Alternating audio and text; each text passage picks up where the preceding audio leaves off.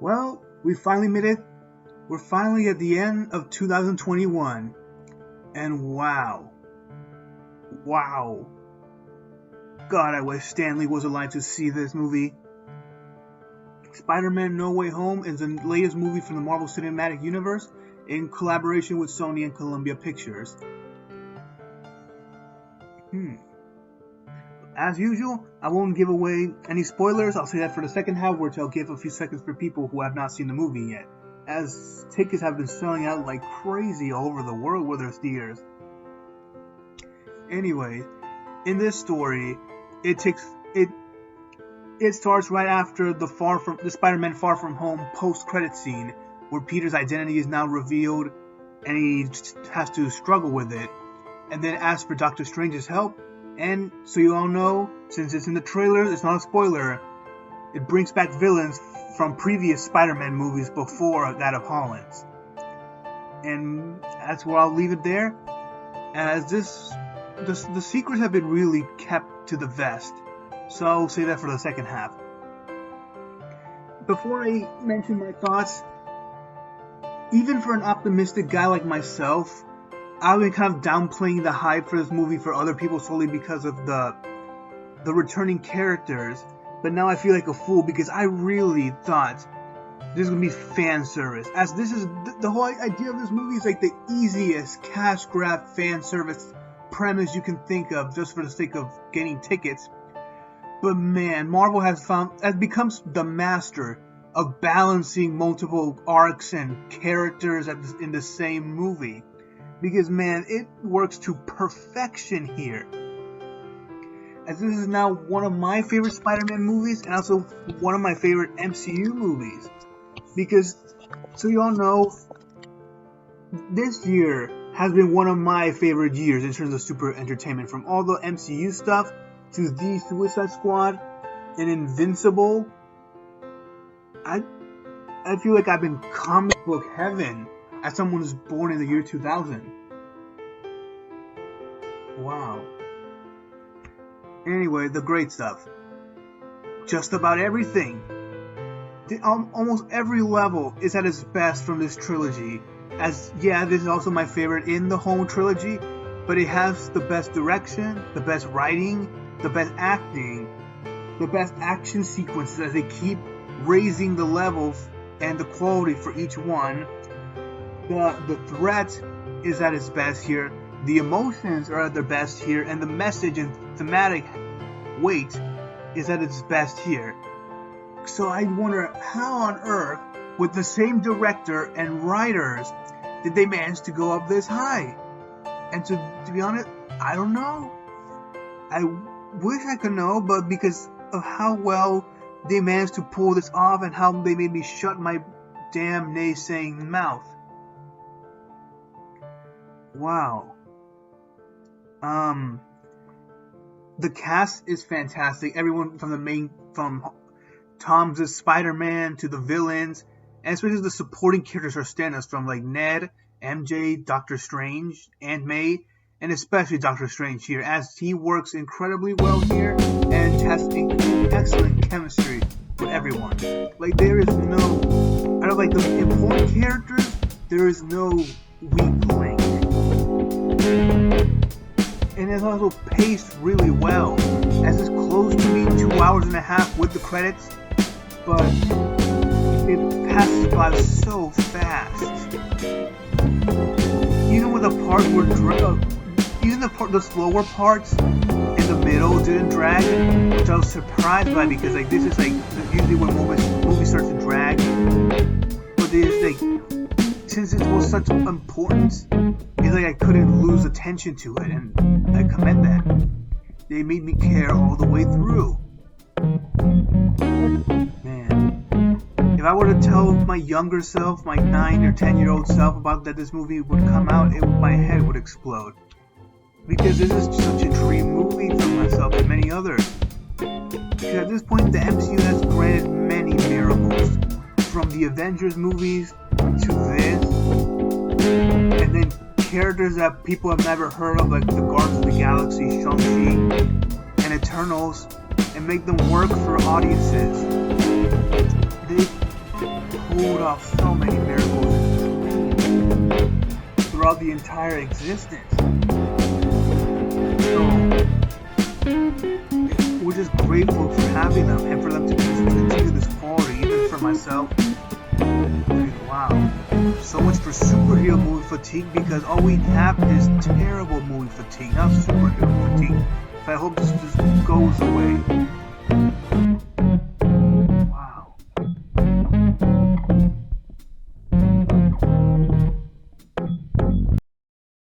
Also, the musical score is at its best here, as I knew Michael Giacchino can make great music, and I do enjoy his theme from these movies, but this one is where it at its emotional peak, as just about every moment had me on the edge of my seat because of it. And also, I haven't gotten that much into detail with the villains yet. They brought back Green Goblin from Spider-Man 1, Dr. Octopus from Spider-Man 2, the Sandman from Spider-Man 3, the Lizard from The Amazing Spider-Man, and Electro from The Amazing Spider-Man 2, all played by their respective actors from those films. And they fit so well in the narrative, like they don't feel tacked on or brought in just for the sake of bringing in money, but they have a purpose to play. Except the Lizard, as he's mostly just a lackey here with no real development here, but it's fine because having five villains were enough, and they make it work well. And the highlights were especially Willem Dafoe's Green Goblin and Alfred Molina's Dr. Octopus, as they're just as good here as they were in their movies, and even add in some extra layers to make their involvement necessary. As for nitpicks, just like what many have said, you can find so much to nitpick with inconsistencies and plot holes if you really want to go there. But since the gray stuff works so well, it's like the flaws cease to exist. Cause man, this is the peak and the potential of superhero storytelling when it's at its best. Because they did something that people thought would be impossible to see, do it, and make it this good. This has been actually, for me, one of the greatest achievements in superhero entertainment in the last decade, or in the last 10 years at least, just of its sheer ambition and landing of execution. So for that, I wouldn't have it any other way, because if it allows this movie to exist, then let it have it.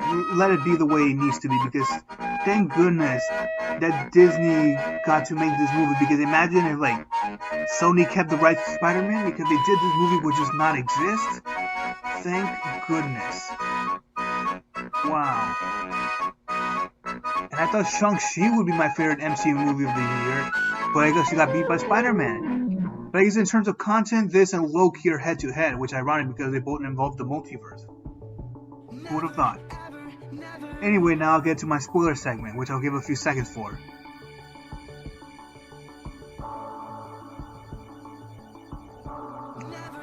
They did it.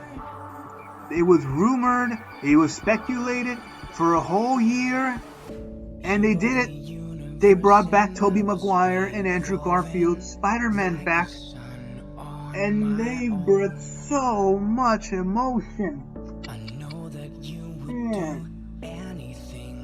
I know some people would wish they were in the movie longer, but I felt like the halfway point, right when the emotions were set in, was the perfect way to set them in, or to bring them in. But I kind of find it a bit funny that when they first see the portals, they walk straight into it. Because if I saw any portal appearing in an alleyway or in my room, I would run the fuck away. But they're here, and they're not queer, but they're here. Man, and they're just as good as they were in their movies. People can have their opinions on which one's their favorite, but I'm just glad to have all three of them back, because it's like a dream come true. Wow. They bring emotion, they bring humor, They bring chemistry. They brought everything they needed to be to make this work. And also, spoilers for Hawkeye. They brought back the Kingpin, and now this brought back Matt Murdock / the Daredevil. So fuck yeah, bitches. They're canon now. If they have the same continuity, that's what we'll see. But I'm glad that they're finally here. I don't know what else I can say for what others haven't said before. It's one of the best MCU movies. Wow. Okay, you gotta stop saying that. Crikey. I am just so swelled up with emotion right now, I can't even use the right words. And I don't want to go off topic talking about my own personal life because this is a review, not a therapy session. But yeah. Also, I did not see Aunt May's death coming because it's a bit weird that Tom Holland Spider-Man has never mentioned Uncle Ben, even though how important he is. So I guess they had to kill Aunt May to bring in the emotion. And it worked because when I saw it, I didn't think it was actually happening. I thought like it was a fake out, or if I was just imagining things. But no, they actually, Green Goblin has actually killed Aunt May, and it feels earned. Thank goodness they gave some time to her in this movie to make this work. Because if she had like the same amount of screen time as the last movie, it wouldn't have landed. Thank you for everyone involved to making this a standout, for making this the best possible movie they could make, and actually do it in the span of 2 years.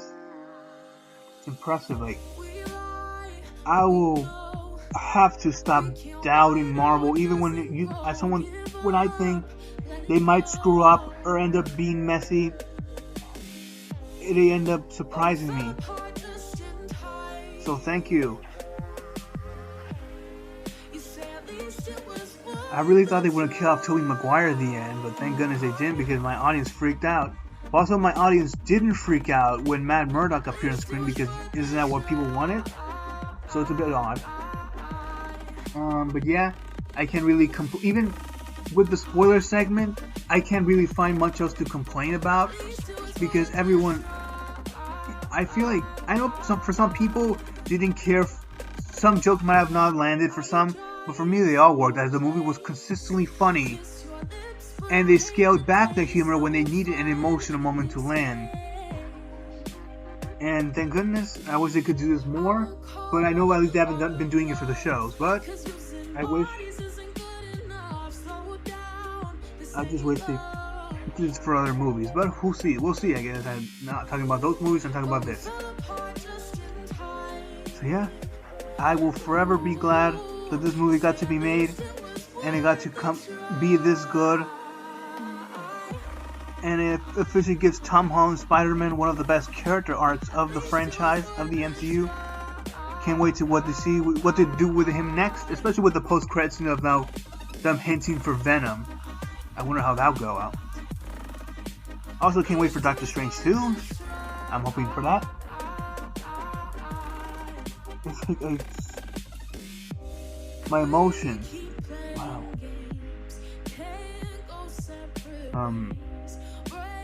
Also, I'm glad that the whole message about giving second chances, where they cured the villains. But I find it kind of funny that Doc Ock got to keep his arms, but he stayed good. But he was a lucky one. He got to be good again and keep his arms. So good for you, Otto. I really hope they bring in like the other Netflix characters to the MCU. I was like, it would be so glorious. Too bad that Iron Man, Captain America, and Black Widow won't be able to interact with any of them unless they pull off something out of nowhere. But we're getting them, and we are getting the Marvel Cinematic Universe. Thank goodness for that.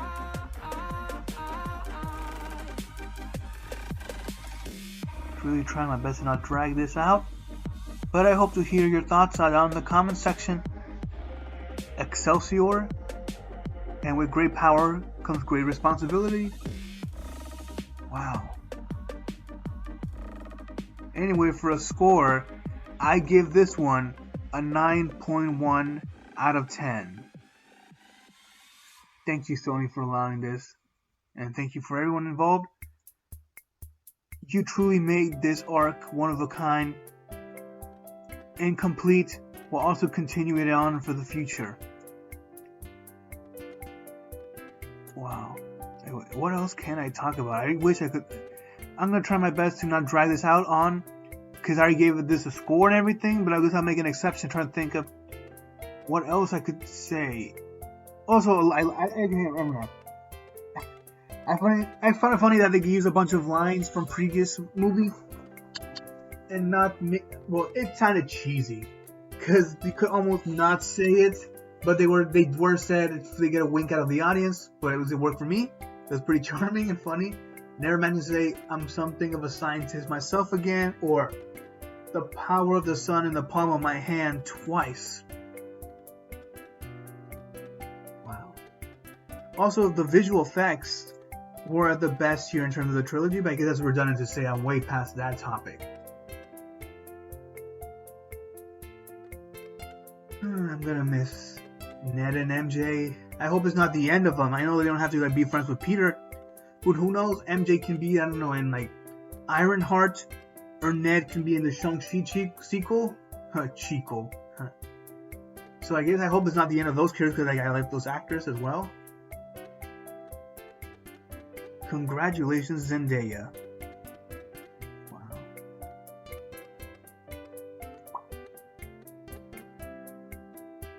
I never imagined Spider-Man to be such an OP character in Doctor Strange.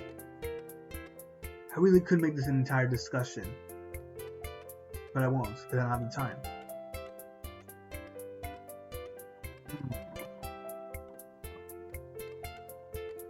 Well, see you around, fellow webheads. I hope you enjoy this movie as much as I did. See you around, and see you in the next one.